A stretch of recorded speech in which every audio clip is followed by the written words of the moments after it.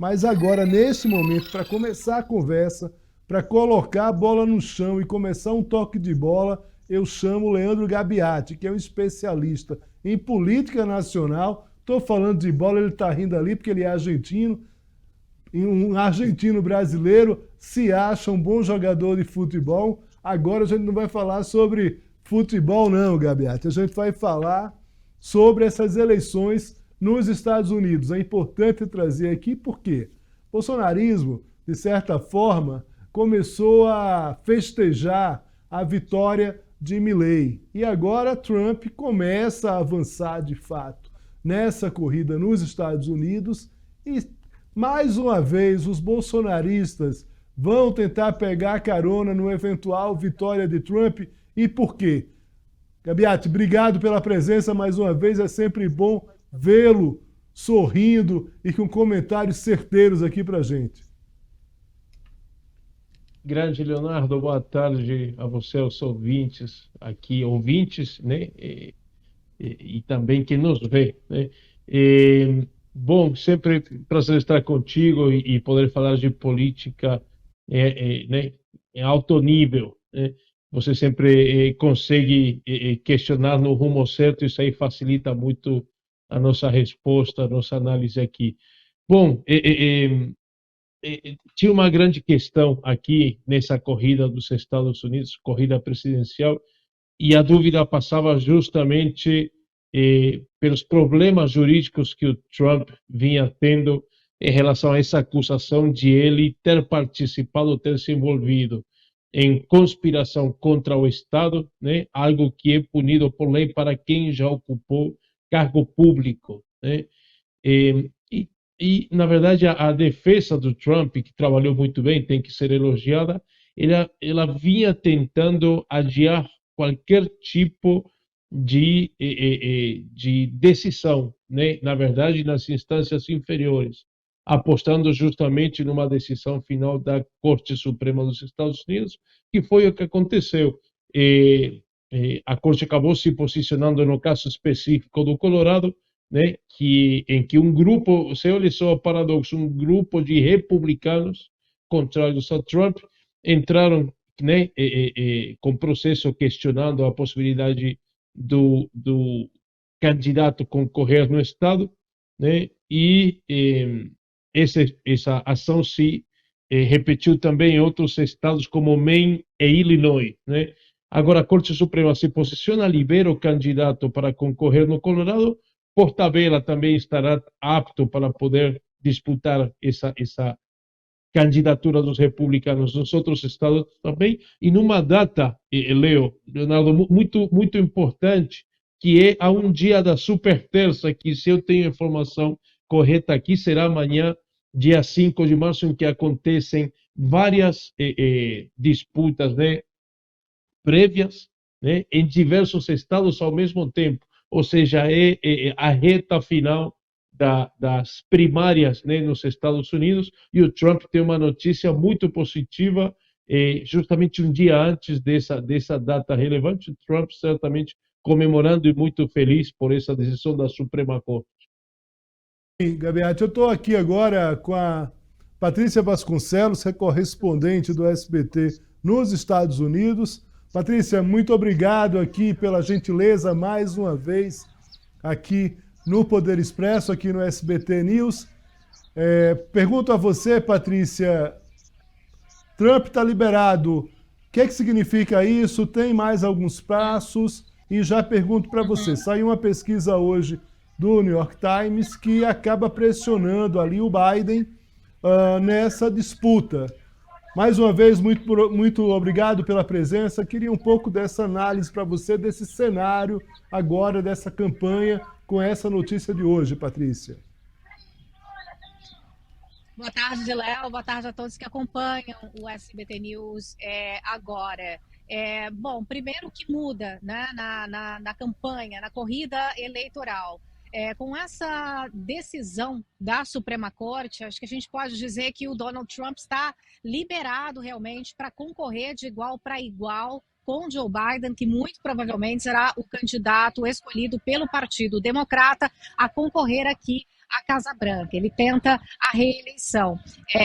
Como já foi explicado, essa decisão se refere ao Colorado, mas, obviamente, vai servir também para o Maine, que teve a mesma decisão, e o que os juízes da Suprema Corte aqui da capital americana decidiram na sentença de 13 páginas é que o Congresso dos Estados Unidos primeiro precisa se posicionar em relação a um assunto desse tipo, vetar, né, um candidato de concorrer à presidência dos Estados Unidos.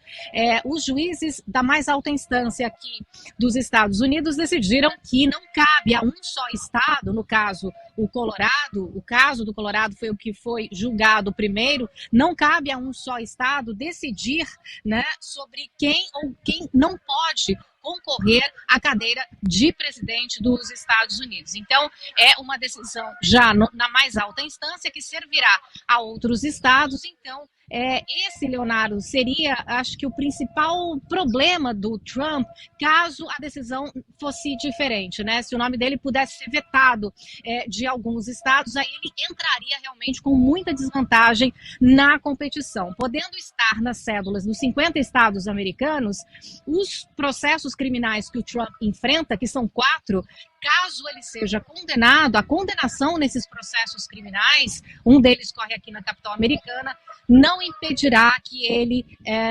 assuma a presidência caso ele vença, né? Acho que a única possibilidade realmente dele não vencer as eleições no voto, na grande maioria, se a população assim decidir, seria talvez impedi-lo de constar nas cédulas. Sobre a pesquisa do Biden, que saiu, 6 em cada 10 americanos, Leonardo, afirmaram, entre os pesquisados, né, que não acreditam, não estão confiantes na capacidade do presidente Joe Biden de assumir mais um mandato por 4 anos. Essa é uma das características, uma das perguntas da pesquisa, mas Biden segue firme na sua pré-campanha eleitoral e está seguro que vai vencer. Ele afirma que as pesquisas não estão corretas e que é muito provável que ele consiga a reeleição. E amanhã é dia de super terça, né, Léo? Acho que é bom lembrar também, aí 15 estados americanos vão realizar as primárias de uma só vez, então amanhã a gente vai ter um desenho aí um pouco mais específico e detalhado dessa corrida presidencial aqui à Casa Branca. Lembrando que os nomes dos candidatos só serão definidos nas convenções que estão marcadas para o meio do ano. Léo. Patrícia, mais uma questão aí, você tem reportagem para fechar aí para o SBT Brasil, mas eu não posso deixar de fazer uma pergunta. É claro que é natural um candidato à reeleição disputar a reeleição, né? O natural seria o Biden não disputar a reeleição. Mas, de qualquer forma, existe uma pressão grande em relação a esse candidato. Eu queria te perguntar 2 coisas. Primeiro, quais os motivos dessa pressão em relação ao Biden? De fato, essa dúvida, não só a pressão, mas essa dúvida sobre ele efetivamente ser um candidato competitivo neste momento, né?